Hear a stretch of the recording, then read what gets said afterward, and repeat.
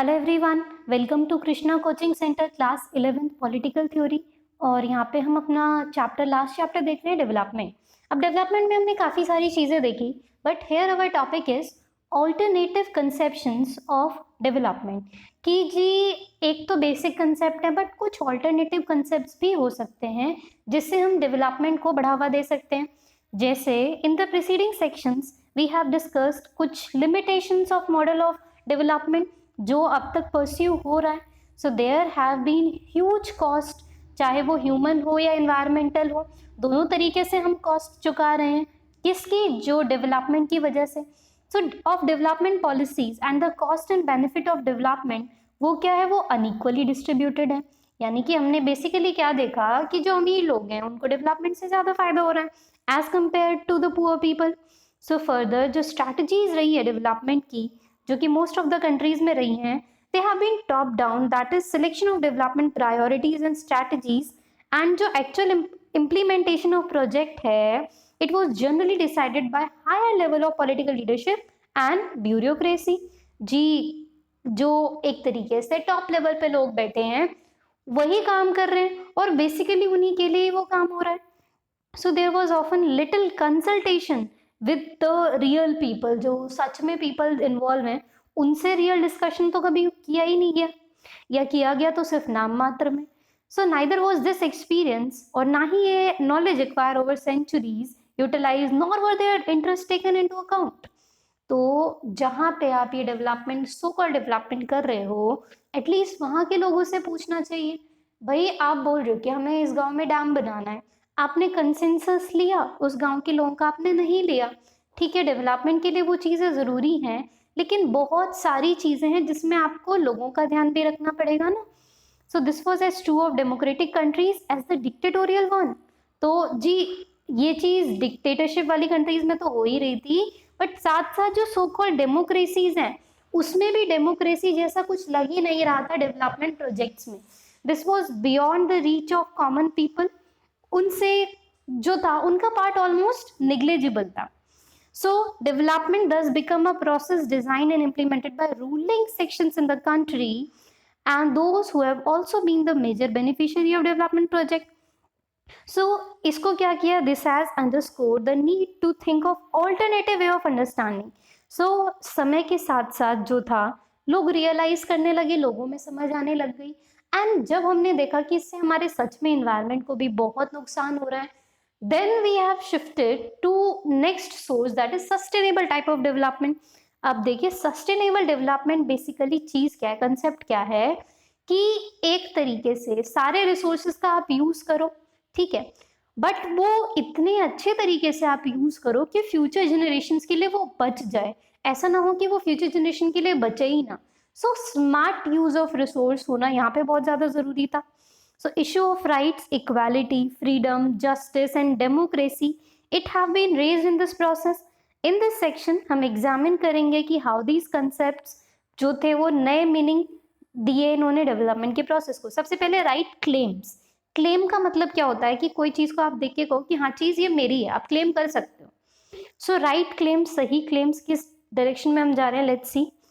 So we have noted कि किस तरीके से जो बेनिफिट्स ऑफ डेवलपमेंट है, दे हैव लार्जली कंसर्न्ड या cornered by the powerful and cost of development model. So अभी तक हमने क्या देखा कि जो ये सब कुछ हो रहा था, सारा डेवलपमेंट किसके लिए हो रहा था? This was largely done by the rich people, जो रिच क्लास थी। और किस कॉस्ट पे? किनकी कॉस्ट पे? Poorest and vulnerable sections of society की कॉस्ट पे। Whether due to ecological degradation हो गया, उससे भी गरीब लोगों को नुकसान ज्यादा है भाई, क्योंकि जो उस इलाके में रह रहे हैं आपने उस इलाके को तबाह कर दिया, तो बेचारे सरवाइव कैसे करेंगे? तो ड्यू डिस्प्लेसमेंट होगा जिसकी वजह से लाइवलीहुड चला गया, एंड कुछ लोगों की तो शायद लाइव्स भी चली गई। So on the issues which have been raised in degrading the protection of affected people and claim from the state and society as a whole. So in a democracy, do people have right to be consulted in decisions? So question ये arise हो रहा है कि क्या democracy में लोगों के पास right है कि वो डायरेक्टली इस चीज में इंटरफेयर कर सके? क्या उनके पास राइट टू लाइवलीहुड है? देखिए जो हमारा कॉन्स्टिट्यूशन है, संविधान है, उसमें जो भी हमारे राइट्स हैं, उसमें राइट टू लाइफ के अंदर ये सारी की सारी चीजें आ जाती हैं। तो कहीं ना कहीं जिनकी लाइफ इफेक्ट हो रही है उनका पार्टिसिपेशन तो बहुत इंपॉर्टेंट हो जाता है. So crucial issue here is to whom do natural resources belong. But अब क्वेश्चन ये अराइज होता है कि क्लेम करने के लिए नेचुरल रिसोर्सेज बिलोंग किसे कहते हैं.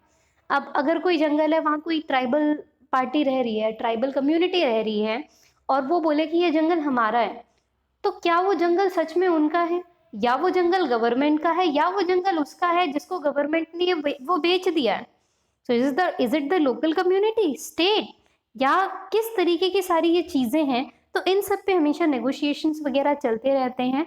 एंड इस चीज को जो डिसीजन अब लास्ट में किए जाते हैं वो इस तरीके से किए जाते हैं कि ये बैलेंस्ड डिसीजन हो, किसी भी सेक्शन ऑफ सोसाइटी पे बहुत ज्यादा फर्क ना पड़े और उनका लॉस ऑफ लाइवलीहुड ना हो. और अगर हो तो हम क्या कर सकते हैं, हम उनको ज्यादा से ज्यादा कंपनसेट करने का ट्राई कर सकते हैं जी.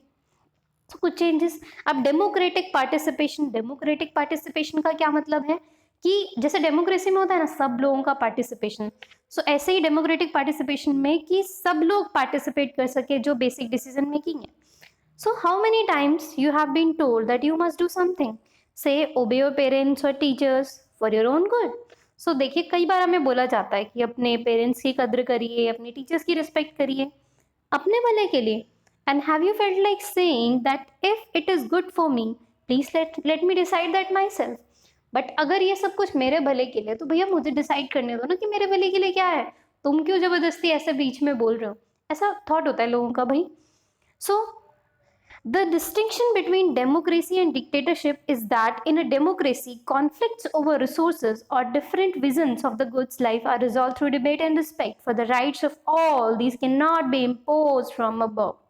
So basic देखिए डिफरेंस दे रखा है किसका, डिक्टेटरशिप का एंड डेमोक्रेसी का. डिक्टेटरशिप तानाशाही, कि जी तानाशाह ने जो कह दिया वो कह दिया, आप उस पर सवाल खड़े नहीं कर सकते हो. बट वो चीज हमारे यहाँ नहीं है भाई. हमारे यहाँ तो डेमोक्रेसी है. डेमोक्रेसी में क्या है, उस चीज पे डिबेट होता है, डिस्कशन होते हैं, फिर कहीं जाके एक फैसला लिया जाता है जी. तो डेमोक्रेसी का तो मतलब ही यही है. So if everyone in society had a common stake in achieving a better life, then everyone needs to be involved in formulating the goals of development. So अगर सबका ही भला होगा डेवलपमेंट से, तो सबको पार्टिसिपेट करने का हक होना चाहिए ना डेवलपमेंट प्रोजेक्ट में.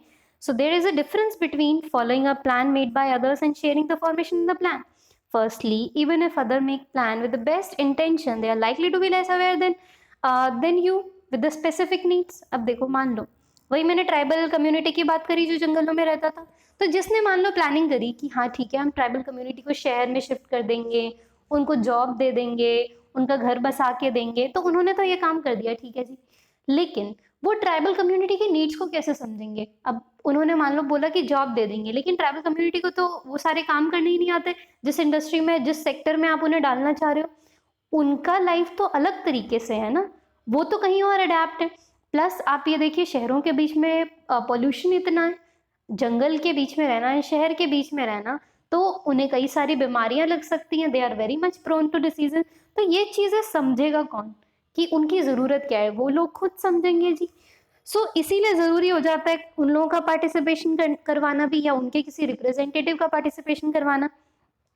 सेकेंडली एक एक्टिव डिसीजन में एक्टिव पार्ट बनेंगे डिसीजन मेकिंग का, ये बहुत ही एम्पावरिंग है, ये लोगों को आगे लाएगा, कंट्री को आगे लेके जाएगा.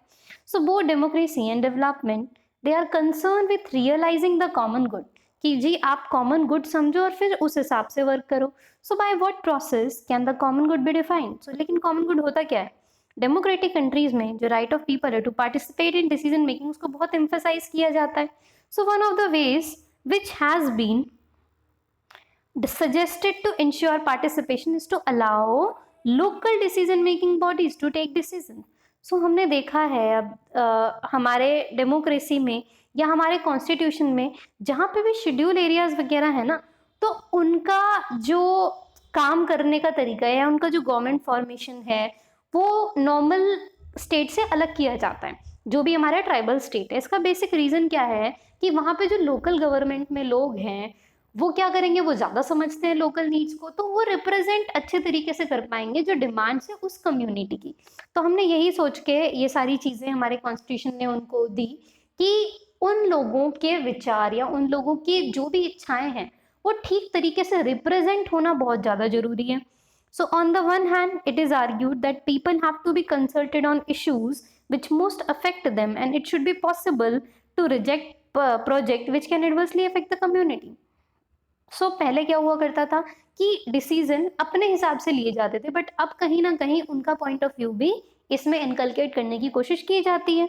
So another it is said that involvement in planning and formulating policy allows people to direct resources towards their need.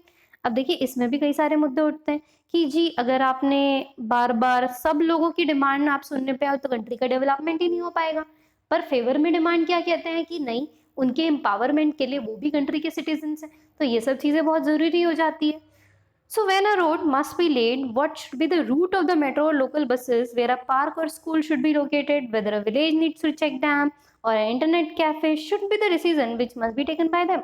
So देखिए बहुत बेसिक से डिसीजन है कि अगर वहाँ पे कुछ काम हो रहा है तो वो उसमें पार्टिसिपेट कर सके कि जी किस रास्ते से मेट्रो जाए, लोकल बसेस कहाँ से जाएं, पार्क कहाँ खुलने चाहिए, स्कूल्स कहाँ पे खुलने चाहिए, छोटी छोटी चीज़ें.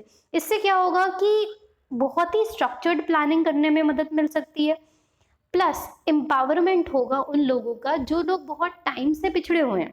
So it was argued above that the prevailing model of development is top down. तो अब टॉप अप नहीं, टॉप डाउन मॉडल है. टॉप अप मतलब सिर्फ अपर लोगों के लिए, अब टॉप डाउन मतलब आप ऊपर से थोड़ा नीचे आओ ना. And tend to view people as objects of development. So लोगों का पार्टिसिपेशन, लोगों को समझना, ये सारी चीजें बहुत जरूरी हो जाती हैं. सो इस पार्ट को हम यहीं तक रख रहे हैं. इसका अगला part we will cover in next video. So thank you so much. I'll meet you all in my next video. Thank you.